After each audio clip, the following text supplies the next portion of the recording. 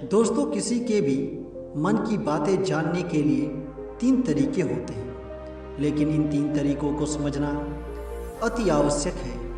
यदि आप इन 3 तरीकों को समझ लेते हैं तो आप किसी के भी मन की बातें बड़े ही आसानी से जान सकते हैं, समझ सकते हैं। तो चलिए इसे एक बुद्ध कहानी के माध्यम से समझते हैं कि किस तरह से आप दूसरों की मन की बातें जान सकते हैं, समझ सकते हैं। बहुत समय पहले की बात है। एक छोटा सा गांव था। उस गांव में 2 भाई रहा करते थे। बड़ा भाई अंधा था, जिसके कारण वो हमेशा घर पे ही बैठा रहता था, और छोटा भाई खेती किया करता था। लेकिन खेतों में अधिक जानवर आने से पूरी फसलें नष्ट हो जाती थी, जिस कारण छोटा भाई बहुत परेशान हो चुका था। तभी उसे एक तरकीब सूझी। एक दिन उसने सोचा, खेतों में से इन जानवरों को भगाने के लिए क्यों ना मैं अपने भाई की मदद लूं। वैसे भी बड़े भैया अंधे हैं, अगर वह खेत में बैठे रहेंगे और जानवरों की आहट आने पर जोर से चिल्लाकर भगा सकते हैं, जिससे हमारी फसल बच सकती है। इसीलिए उन्हें मैं खेत में बिठा देता हूँ। यह सब सोचकर विचार करने के बाद उसने अपने खेत में ही एक छोटी सी झोपड़ी तैयार की और अपने अंधे भाई को उस खेत में बैठा दिया और उनसे कहा, भैया, यदि कोई जानवर की आहट आपको सुनाई दे तो आप जोर जोर से चिल्लाना। यह सुनकर वह जानवर यहाँ से भाग जाएंगे और हमारी फसलें नष्ट होने से बच जाएगी। बड़ा भाई अपने छोटे भाई की बात मान लेता है और वो उस दिन से खेत में ही रहना शुरू कर देता है। जब भी किसी जानवर की आहट उसे सुनाई देती तो तुरंत जोर जोर से चिल्लाना शुरू करता, जिससे वह जानवर उसके खेतों से भाग जाते। ऐसा करते करते कई दिन बीत गए थे। तभी एक दिन उसके खेत में एक हिरण भागता हुआ आता है। वह खेत के बांध को तोड़कर वहाँ से भाग गया, लेकिन उसे हिरण का पीछा करते हुए एक राजा भी उस खेत में आ पहुंचा। तभी राजा की नज़र उस अंधे भाई पर पड़ती है। राजा उस व्यक्ति से कहता है, देखो, मैं यहाँ पर एक जानवर का पीछा करते हुए आया हूँ। क्या तुमने उस जानवर को यहाँ पर देखा? इस पर वह व्यक्ति कहता है, हे राजन, मैं तो अंधा हूँ, मैं भला किसी जानवर को कैसे देख सकता हूँ? लेकिन मैं आपको इतना जरूर बता सकता हूँ कि जो जानवर मेरे खेत से होकर भागा है वह आपके लायक नहीं है। आप उसके पीछे अपना समय यूं ही व्यस्त मत करें। राजा उस अंधे व्यक्ति की बात सुनकर बड़ा अचरज में पड़ गया।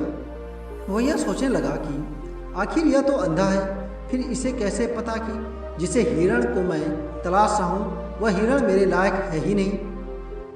यह अंधा व्यक्ति मुझे कैसे बता सकता है? तभी राजा उस अंधे व्यक्ति से कहता है, कहीं तुम मुझसे झूठ तो नहीं कह रहे हो? एक तरफ तुम ये कहते हो कि तुम अंधे हो और दूसरी तरफ तुम ये भी कह रहे हो कि जो जानवर यहाँ से भागा है वो मेरे लायक नहीं है। इस पर वह अंधा व्यक्ति कहता है, हे राजन, जिसे आप एक हिरण समझ रहे हैं, असल में वह एक हिरण नहीं है, बल्कि एक हिरणी है, और वह भी गर्भवती है। और जहाँ तक मुझे ज्ञान है, मैंने कभी किसी राजा को किसी गर्भवती हिरण का शिकार करते हुए नहीं सुना है, और इसी कारण मैं आपसे कह रहा हूँ कि वह हिरणी आपके लायक नहीं है। आप उसके पीछे अपना समय व्यर्थ ना करें। यह सुनकर राजा और भी अचरज में पड़ गया। वो ये सोचने लगा कि आखिर ये अंधा आदमी यह कैसे जान सकता है कि वो हिरणी है और गर्भवती है। राजा कुछ देर सोच विचार करने के बाद अपने सेनापति से कहता है, सेनापति जी, मुझे वो जानवर जिंदा चाहिए, क्योंकि मुझे यह पता करना है क्या वह हिरणी है और क्या वह गर्भवती है। क्योंकि यह अंधा आदमी बहुत विश्वास के साथ कह रहा है और मुझे इस बात की पुष्टि करनी है। यदि वह हिरणी हुई और गर्भवती हुई तो वह हमारे शिकार के लायक नहीं है, क्योंकि हम तो एक हिरण का पीछा कर रहे थे। इसीलिए जाओ और पता करो कि क्या वो हिरणी है। सेनापति राजा से आज्ञा लेकर आगे की ओर बढ़ चलता है। और कुछ देर बाद जब वो वापस लौट कर आता है तो राजा को कहता है, हे राजन, इस अंधे आदमी ने जो भी बातें कही हैं वो बिल्कुल सही है। वो एक हिरणी ही है और वह गर्भवती भी है। यह सुनकर राजा आश्चर्यचकित रह गया। उसे समझ नहीं आ रहा था कि आखिर अंधा आदमी कैसे पता कर सकता है कि वह जानवर एक हिरणी है, और तो और वह गर्भवती है। भला एक अंधा आदमी यह कैसे देख सकता है, यह कैसे जान सकता है, आखिर इससे यह कैसे पता चला? ऐसे कई सारे प्रश्न अब राजा के मन में उमड़ने लगे। अब राजा ने यह ठान लिया था कि मुझे इस बात की तह तक पहुंचना ही है कि आखिर ये अंधा आदमी कैसे जानता है कि वह जानवर एक हिरणी है। ये सोचकर राजा उस अंधे आदमी के पास जाता है और उस अंधे आदमी से कहता है, देखो, मैं ये तो नहीं जानता कि तुम सचमुच अंधे हो या नहीं, लेकिन मैं तुमसे एक बात जानने आया हूँ। क्या तुम मेरे प्रश्न का सही सही जवाब दोगे? इस पर अंधा व्यक्ति कहता है, हे राजन, आप जो कुछ पूछना चाहते हैं मुझसे पूछ सकते हैं। मैं आपको बिल्कुल सच सच जवाब दूंगा। इस पर राजा कहता है, देखो, एक तो तुम कहते हो कि तुम अंधे हो, और दूसरी तरफ तुमने यह बता दिया कि जिस जानवर का पीछा मैं कर रहा हूँ वह एक हिरणी है, और तो और वह गर्भवती भी है। आखिर तुम्हें यह कैसे पता चला? तुम्हारे खेत में और भी तो जानवर आते होंगे, और भी तो जानवर यहाँ से गुजरते होंगे, फिर तुमने यह कैसे अंदाज़ा लगाया?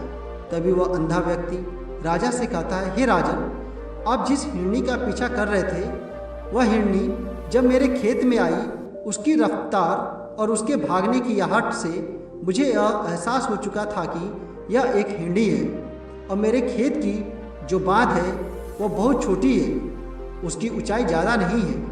यदि कोई हिरण होता तो उस बाँध को बड़े आसानी से लांघ जाता, लेकिन वह हिरणी इस बाँध को तोड़कर भागी है, और यदि वह इस बाँध को छलांग लगाकर पार करने का प्रयास करती तो इससे उसके बच्चे को खतरा होता, और इसी बात से मैंने ये पता लगा लिया कि वह गर्भवती है। इस कारण वह ज़्यादा ऊंची छलांग न लगाकर मेरे खेत की बाँध को तोड़ते हुए भाग गई। इस पर राजा के मन में एक और प्रश्न उठा। राजा ने कहा, किंतु तुम्हें कैसे पता चला कि वह एक हिरणी ही है, और भी तो कोई जानवर यहाँ पर आ सकते हैं? इस पर वह अंधा व्यक्ति कहता है, हे राजन, मैं पूरा दिन सुबह शाम यहीं बैठा रहता हूँ, और मेरी सुनने की शक्ति बहुत तेज है। मैं ये भाप लेता हूँ कि कौन सा जानवर मेरे खेत में आया है, और उसी के आधार पर मैं ज़ोर ज़ोर से चिल्लाता हूँ ताकि वो मेरे खेत से भाग जाए और मेरे खेत की फसलें को नष्ट ना कर पाए। राजा उस अंधे आदमी का यह जवाब सुनकर पूरी तरह से संतुष्ट हो चुका था। वह मन ही मन यह सोच रहा था कि आदमी भले ही अंधा हो, लेकिन यह तो बड़ा ज्ञानी मालूम पड़ता है। इस आदमी से कुछ न कुछ तो काम निकलवाना ही चाहिए। यह विचार लिए हुए राजा वहाँ से वापस अपने महल की ओर लौट जाता है। राजमहल पहुँचते ही राजा उस अंधे व्यक्ति से कहता है, आप तो बड़े ज्ञानी व्यक्ति हो, आपको किसी भी बात का पता बड़ी आसानी से चल जाता है। आज मैंने आपको यहाँ पर इसलिए बुलाया है क्योंकि मैं आपसे ये जानना चाहता हूँ कि मेरी पत्नी पतिव्रता है या नहीं। इस पर वो अंधा व्यक्ति कहता है, हे राजन, यह कैसा प्रश्न हुआ? इस पर राजा कहता है, मैंने आपसे बिल्कुल उचित प्रश्न किया है, मुझे इस प्रश्न का उत्तर दीजिए। इस पर वह अंधा व्यक्ति कहता है, हे राजन, ये सारी बातें जाने दीजिए। आपकी शादी को इतने साल बीत चुके हैं और अब आप ये बातें क्यों जानना चाहते हैं? आपके मन में ऐसे प्रश्न क्यों उठ रहे हैं? इस पर राजा जिद करते हुए कहता है, देखिए, आपको मुझे इस प्रश्न का उत्तर तो देना ही होगा। यदि आप मुझे इस प्रश्न का उत्तर नहीं देंगे तो मैं आपको मृत्युदंड दे दूंगा। राजा के मुख से यह बात सुनकर वह अंधा व्यक्ति कहता है, हे राजन, यदि आप इस प्रश्न का उत्तर चाहते हैं तो उसके लिए आपको मेरा एक काम करना होगा। राजा कहता है, बोलो, मुझे क्या काम करना होगा? इस पर व्यक्ति कहता है, इसके लिए आपकी पत्नी को मेरे साथ कमरे में अकेले छोड़ना होगा। उस अंधे व्यक्ति की यह बात सुनकर पहले तो क्रोधित हो जाता है, लेकिन फिर कुछ सोच विचार करने के बाद वो उस व्यक्ति की बात मान लेता है और अपने सेनापति को आदेश देता है, सेनापति जी, इस व्यक्ति को और मेरी पत्नी को एक कमरे में कुछ देर के लिए अकेला छोड़ दें। सेनापति बिल्कुल वैसा ही करता है। आज राजा की पत्नी और अंधा आदमी एक कमरे में बंद हो चुके होते हैं। तभी वो अंधा आदमी राजा की पत्नी से कहता है, मुझे आपको छूना है। इस बात पर रानी अत्यधिक क्रोधित हो जाती है और उस अंधे आदमी को वो पकड़ पकड़ कर पीटने लगती है, कभी हाथों से तो कभी लातों से तो कभी पटक पटक कर। इस तरह से उन्होंने उस अंधे आदमी की खूब पिटाई की। उसके बाद किसी तरह से अंधा आदमी अपनी जान बचाकर वहाँ से भाग निकलता है और वह राजा के पास पहुँचता है और वह राजा से कहता है, हे राजन, आपकी पत्नी पतिव्रता नहीं है। यह बात सुनकर राजा अत्यधिक क्रोधित हो जाता है और राजा अपनी तलवार निकालकर सीधा अपनी पत्नी की ओर जाता है और क्रोधित होकर अपनी पत्नी से कहता है, रानी जी, आज मैं जो सवाल आपसे करने जाने वाला हूँ उसका मुझे सच सच जवाब दीजिए, और यदि आपने एक शब्द भी झूठा कहा तो मैं आपको अभी के अभी सर धड़ से अलग कर दूंगा। तभी आगे वह राजा कहता है, मुझे बताइए, क्या आप पतिव्रता हैं या नहीं? इस पर रानी कहती है, हे राजन, आप भले ही मुझे जान से मरवा दीजिए, लेकिन मैं पतिव्रता नहीं हूँ। राजा यह बात सुनकर बहुत खुश हुआ, क्योंकि उस अंधे आदमी ने जो भी कहा था वह बिल्कुल सच था। यह बात सुनकर तुरंत ही राजा उस आदमी के पास पहुँचता है और आकर उस अंधे आदमी से कहता है, तुम्हें कैसे पता चला कि मेरी पत्नी पतिव्रता नहीं? इस पर वह अंधा आदमी कहता है, हे राजन, बड़ी सीधी सी बात है। मैंने तो आपकी पत्नी से बस इतना ही कहा था कि मुझे आपको छूना है, और इस बात पर वह इतना क्रोधित हो उठी कि उन्होंने गुस्से में आकर मुझे लात घूंसों से पीटना शुरू कर दिया। और भला कोई औरत किसी और मर्द को कैसे छू सकती है? लेकिन उन्होंने ना आव देखा ना ताव, बस लात घूंसे मुझ पर बरसाने शुरू कर दिए। वह भी तो एक छूना ही हुआ, और एक पतिव्रता नारी कभी भी पराये मर्द को नहीं छूती। जब मैंने उसे छूने के लिए कहा था तो वह उस वक्त मुझे मना कर सकती थी, लेकिन उन्होंने मुझे पीटना शुरू कर दिया और देखते ही देखते उन्होंने मेरे पूरे शरीर को छू लिया। अब आप ही बताइए, ऐसी स्त्री भला पतिव्रता कैसे हो सकती है? इस पर राजा कहता है, तुम तो बड़े ज्ञानी मालूम पड़ते हो।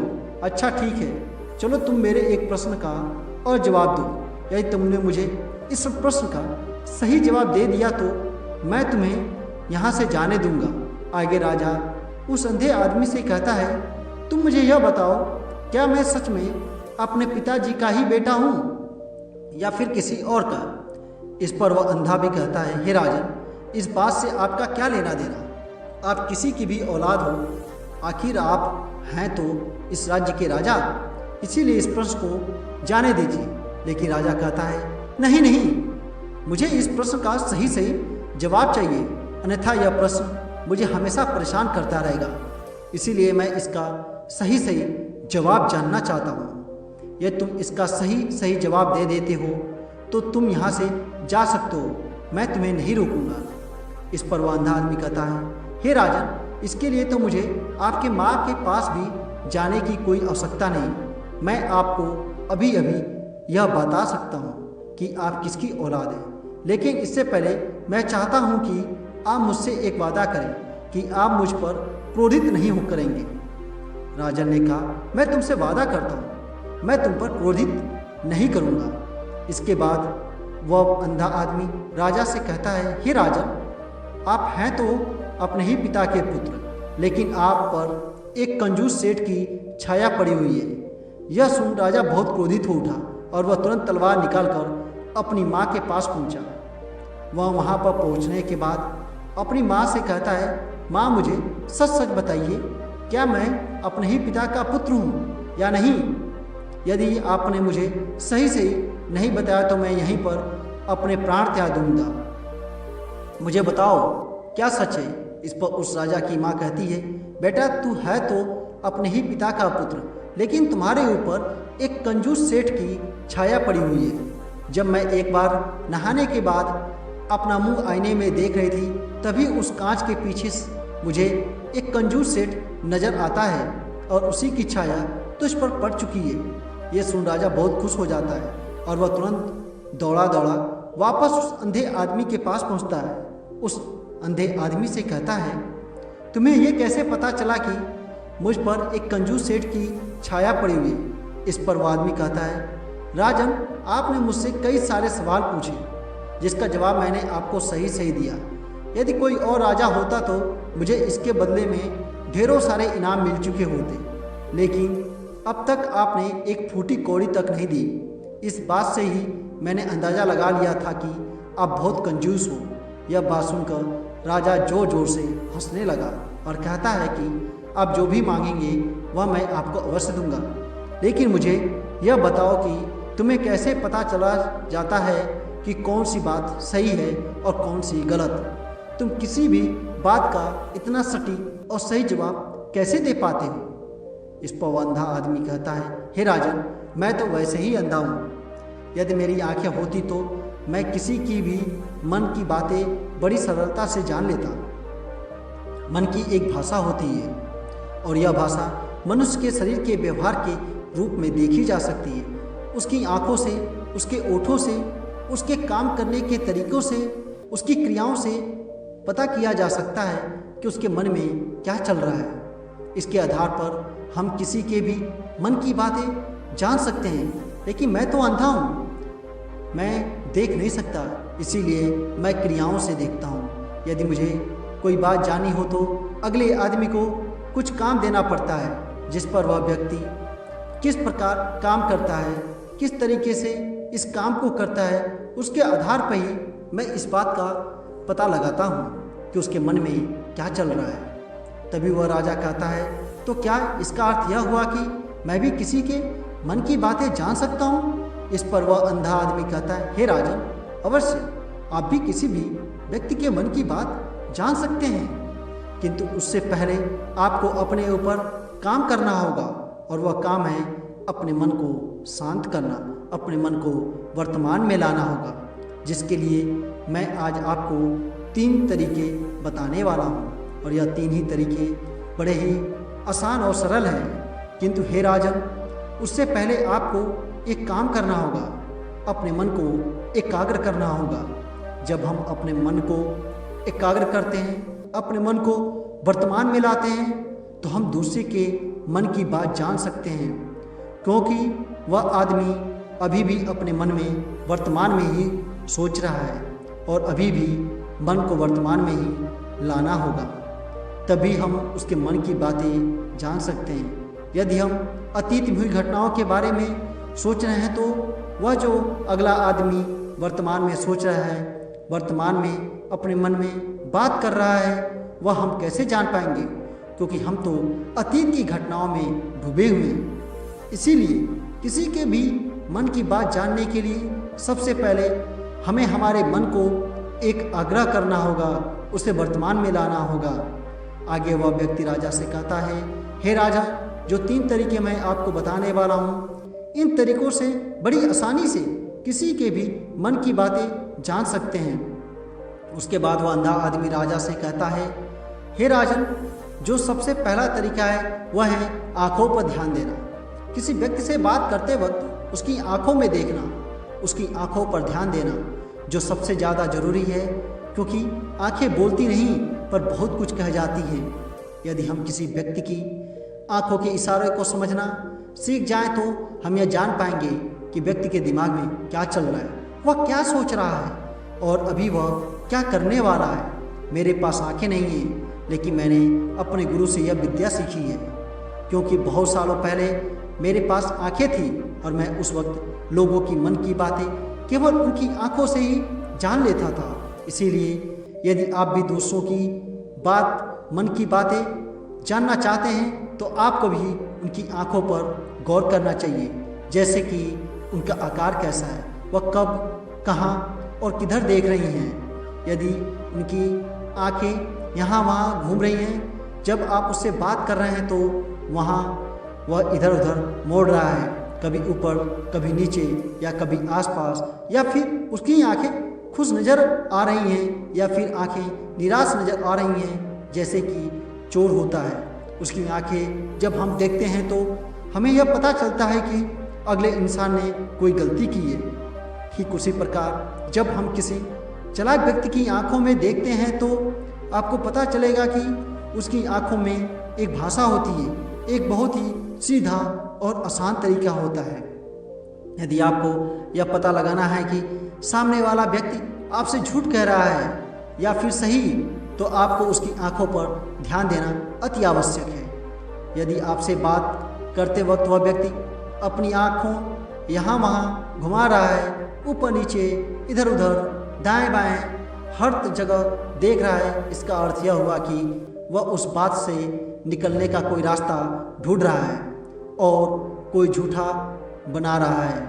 यदि सामने वाला व्यक्ति आपसे कोई झूठ कहने का प्रयास कर रहा है तो वह आपसे नज़र नहीं मिलाएगा, वह यहाँ वहाँ देखेगा, ऊपर नीचे देखेगा, लेकिन वह आपकी आंखों में आंखें डालकर कभी नहीं देख पाएगा, क्योंकि उसे डर है यदि उसने आपकी आंखों में आंखें डालकर देखी तो उसका झूठ पकड़ा जाएगा और लोगों को सच्चाई का पता चल जाएगा। और इसी प्रकार कुछ और भी भाषाएं होती हैं। जब आप किसी की आंखों में आंखें डालकर यह देखना शुरू कर देंगे कि उसके हाव भाव क्या ठीक है, उसी प्रकार चेहरे के हाव भाव होते हैं, जिससे हम मन की बातें बड़ी आसानी से समझ सकते हैं और इन्हें भी समझना बहुत आसानी है और बहुत ज़रूरी भी है। कभी कभी कोई व्यक्ति अपने चेहरे से जैसे आँख, ओठ और बहुत से कुछ अलग अलग व्यवहार करता है। यदि आप किसी व्यक्ति के चेहरे में गौर करेंगे तो आप आसानी से समझ पाएंगे कि वह व्यक्ति निराश है। जब व्यक्ति बहुत उदास या फिर वह बहुत खुश है या फिर उसे कोई बहुत बड़ा दुख है, वह अपने अंदर क्या महसूस कर रहा है, यह सारी बातें हम उसके चेहरे के भाव से पता कर सकते हैं। फिर चाहे इंसान जुबान से कुछ बोले या ना बोले, लेकिन आप उसके चेहरे से सब कुछ पता कर सकते हैं। आगे व्यक्ति राजा से तीसरे तरीका बताते हुए कहता है, हे राजन, इसी प्रकार तीसरी भाषा भी है, अर्थात तीसरा तरीका भी है, और वह है हाथों के इशारे और शरीर का व्यवहार। मन की बात समझने के लिए हमें हाथ के इशारे और शरीर के व्यवहार को समझना बहुत आवश्यक है। कोई व्यक्ति जब बात करता है तो आपने देखा होगा कि वह अपने हाथों को हिलाता रहता है, अपने हाथों से इशारा करता रहता है, बातों के साथ साथ अपने शरीर का जो व्यवहार है अर्थात बॉडी लैंग्वेज, उसका भी प्रयोग करता है, जिससे हमें यह पता चल जाता है कि वह व्यक्ति हमारी बातों पर कितना ध्यान दे रहा है और उसके मन में क्या चल रहा है। शरीर के व्यवहार को देखने के लिए उसके हाथ मटकाने, शरीर मटकाने और चेहरे पर बार बार हाथ लाए, हाथों को एक दूसरे से मसलना, ऐसी बहुत सी क्रियाएं होती हैं, उस पर हमें ध्यान देना अति आवश्यक है। मन की बातों को समझने के लिए हमें शरीर के व्यवहार को भी समझना पड़ता है। यदि हम इन तीन तरीकों को अच्छे तरीके से ध्यान देकर इन तीन तरीकों को अच्छे से समझ लेते हैं तो हम बहुत जल्दी किसी भी व्यक्ति के मन की बातें बड़ी सरलता और सहजता से जान सकते हैं। इसीलिए यदि आपको किसी के मन की बातें जाननी है तो आपको उसकी आंखों पर, उसके चेहरों पर, उसके शरीर के हाव भाव को और उसके हाथों को ध्यानपूर्वक देखना और समझना होगा, जिससे आप यह समझ पाएंगे कि आखिरकार उसके मन में क्या चल रहा है और वह क्या सोच रहा है। लेकिन उससे पहले आपको अपने मन को एकाग्र करना होगा, शांत करना होगा और अपने मन को वर्तमान में लाना होगा। तभी आप उस व्यक्ति की इन सभी क्रियाओं पर ध्यान दे पाएंगे, उन्हें समझ पाएंगे। अन्यथा आप यदि अतीत की घटनाओं में व्यस्त हैं, भविष्य की योजनाओं में व्यस्त हैं, तो आप उस व्यक्ति के हाव भाव पर कभी ध्यान ही नहीं कर पाएंगे और ना ही आप कभी यह समझ पाएंगे कि आखिर उस व्यक्ति के मन में क्या चल रहा है, वह क्या सोच रहा है। आपने देखा होगा कि ऐसे कई बड़े संत महात्मा हैं जो बड़ी ही शांति से आपको देखते हैं और आपको देखकर ही यह बता देते हैं कि आपके मन में क्या चल रहा है, आप उनसे क्या जानने आए हैं। और इसका सबसे बड़ा प्रमुख कारण यही है कि वह आपको पढ़ सकते हैं, आपको समझ सकते हैं, आपकी मन की बातें जान सकते हैं, क्योंकि उनका मन एकाग्र है, शांत है। और यही कारण है कि वह आपके मन की बातें बड़ी सरलता से समझ जाते हैं। यदि आपने अब तक पूरी कहानी को सुना है तो मैं आपसे एक छोटा सा अनुरोध करना चाहता हूँ, कृपया इस चैनल को सब्सक्राइब करें ताकि मैं आपके लिए और भी ऐसे ही ज्ञान से भरपूर कहानियाँ लेकर आ सकूँ। नमो बुद्धाय। मिलते हैं एक नई कहानी में, तब तक के लिए अपना और अपने परिवार का ख्याल रखें। धन्यवाद।